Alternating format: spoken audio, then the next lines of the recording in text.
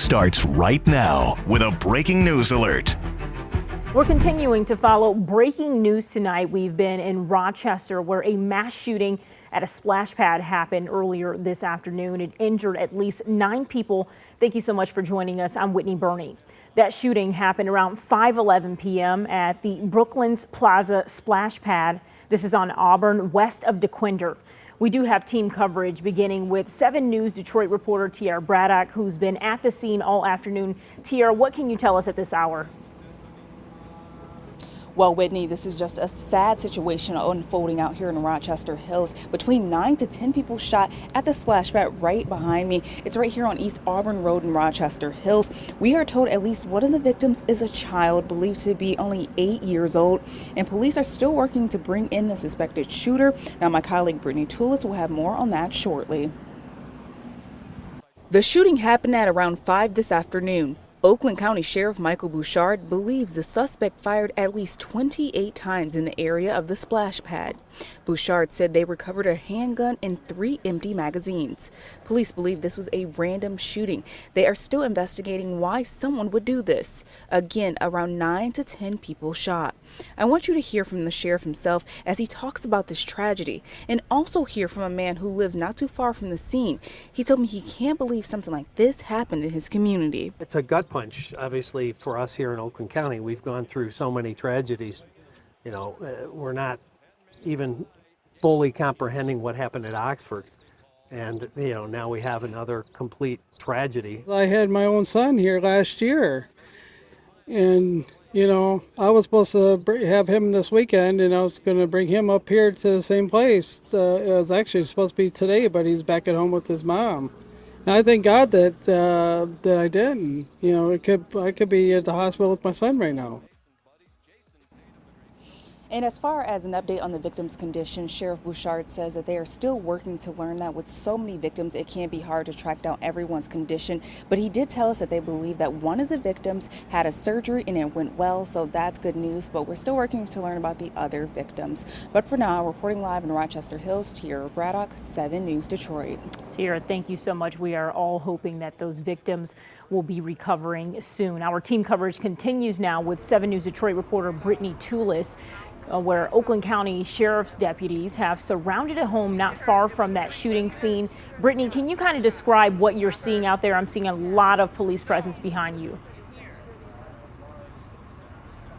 Hey, Whitney, I am at DeQuinder and Willowwood right now, and there are a lot of police. I'm just going to get out of the way so you can see this active scene right behind me. Police believe the suspect behind today's splash pad shooting is inside a home or near a home on the other side of the street in the DeQuinder Estates Housing Division.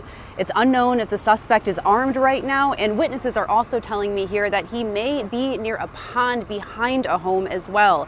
We've seen officers walking with lawn guns, and an armored vehicle is also here on the streets. And Danny, if you can push in just right across the street, you can see a number of Oakland County deputies on the sidewalk outside there. And like I said, we saw another tactical vehicle just pull up minutes ago. Right now, there isn't a lot of information on the suspected shooter or their motivations. Witnesses told police the shooter pulled up in a vehicle, got out, and opened fire. The Oakland County Sheriff said at the time they believe this shooting is completely random. Police have also confirmed they found a semi-automatic handgun and 3 empty magazines. The Oakland County Sheriff says the shooter fired as many as 28 rounds into that splash pad, even stopping to reload at least 1 time. Police are asking people in the area to stay inside until the situation is resolved. And police have said earlier they have tried to make contact with the suspected shooter, but right now they said they have not been able to, and we are staying here to work with any updates to get that information to you as soon as we can. And also, if you're out here driving, like I said, DeQuinder is completely blocked off, and it's blocked off up at Hamilton up there. So if you're driving in the area, police are asking you to stay away from here. And if you live in one of these homes, police are asking you to stay inside until the situation is resolved. We'll be out here monitoring the scene, and if anything happens, we will get that info to you right away, Whitney. But for now, live at DeQuinder and Willowwood, I'm Brittany Toulis for 7 News Detroit. All right, Brittany, thank you. Terrifying to hear this possibly was random.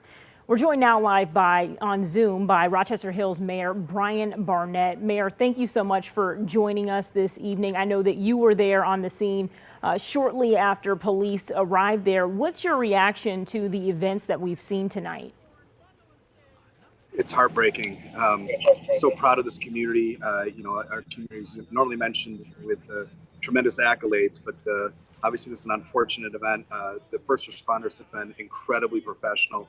Our residents of this particular neighborhood, the Brooklands, is our oldest neighborhood in the city. It's a very historic place. People are very proud of this community. And right now our focus is singular. It's on the victims of this tragic event. I know that this is, of course, not the first time that we've seen this in Oakland County with the tragedy in Oxford a few years ago. Just describe for me the feelings, the emotions out there. I'm sure it was a very scary situation, even for people who were not actually there as it happened. When I walked up to the scene, I mean, obviously I'm very familiar with the splash pad. That's not the way a splash pad is supposed to look. It was immediate tears in my eyes because I know what a splash pad is supposed to do. It's supposed to be a place where families gather, where memories are made. And today it wasn't that. And again, like I said, we are completely focused supporting first responders, supporting the folks that are out. We have over 100 officers and firefighters out here at both scenes right now. And our thoughts and prayers are just at the area hospitals where our residents are. And we're praying for them and, as I said, for a speedy recovery. We'll recover as a community, but our focus right now is on those families. Is there any words of encouragement for people who are likely scared hearing these headlines at home, wondering what's going on, what may have happened? Anything that you want residents there in the city to know or hear from you as a leader? Well, listen, I'm proud of our community. Like I said, our first responders have been absolutely exceptional. You never want to see this happen. I've been mayor for 18 years. Watched my colleagues across the country face situations like this. You never think it could happen. Rochester Hills is the safest city in Michigan for the past 7 years. It can happen anywhere. And now our focus, like I said, is just on supporting those first responders. We'll do whatever we can to make sure those residents are supported. We got all sorts of care services coming in for our residents tomorrow, for our first responders, for the victims and their families. So our focus now is singular, but we will come back as a community and figure out how we continue to offer safe parks moving forward. But in this day and age, everyone has to be careful, but this community is strong and overbound. Mayor Barnett, thank you so much for your time this evening. I'm sure it is a very busy scene out there, so we will let you go now. Also joining us live tonight on the phone is Steve Dolant, retired Detroit Assistant Police Chief. Steve, what law enforcement insight can you share on an investigation like this? Well, it's going to be a long night. You figure there's been multiple injuries. You have to collect all the spent casings. They still don't have the individual in custody. They're probably doing intelligence right now to see what kind of background this individual has as far as a criminal background, how many weapons he's purchased. I'm assuming it's a male. How many weapons they've purchased. Are there weapons in the house that they're surrounding, or as someone said, maybe in a pond? Are the officers in danger? After we get all this guy in custody, what are we going to do for the first responders as well as the people that were there that had to witness this carnage? Because it's hard enough on the victims and the innocent people there. When you have police officers and EMS and fire running in there, picking up kids that are bloody, been there, done that, and messes you up, and you need counseling. The heck with the macho stuff. You need counseling. Now they're out there trying to get this individual in custody without an officer-involved shooting, but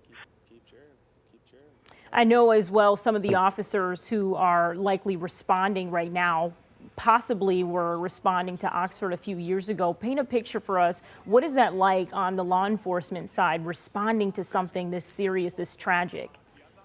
You're going, oh my God, again?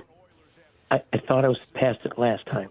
Years ago, we had that multiple shooting at the fireworks where 7 or 8 people were shot. And the officers are going, oh my gosh, well, we got through this. And then a couple of years later, there's another shooting. And you wonder, when does this stop? But quite honestly, we're not going to stop until we do more with mental health. It is what it is.